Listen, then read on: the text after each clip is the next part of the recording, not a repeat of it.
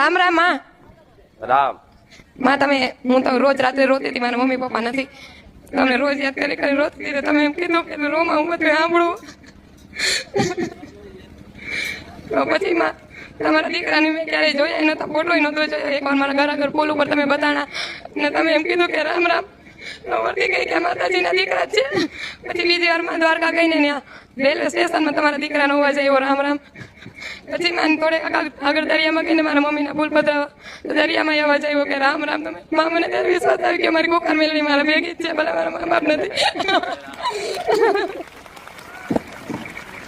રામ મારો તમને યાદ કરીને રહું.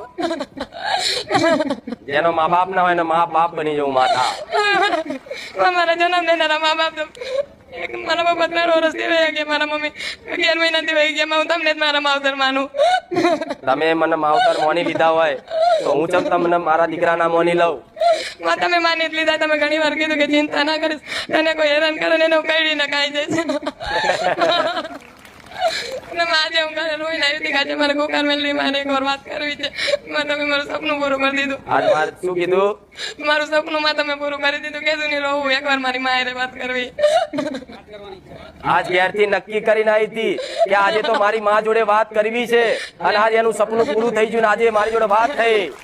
માં ધનભાગ અમારા કામ ને મારા બાપ દાદા આવી માતા ને જઈ માં મેં જોઈ મારા ધનભાગ થઈ ગયા. માં હવે મરી જામ તો મને કોઈ અફસોસ નથી, મારી કઈ ઈચ્છા નથી માં હવે દુનિયામાં.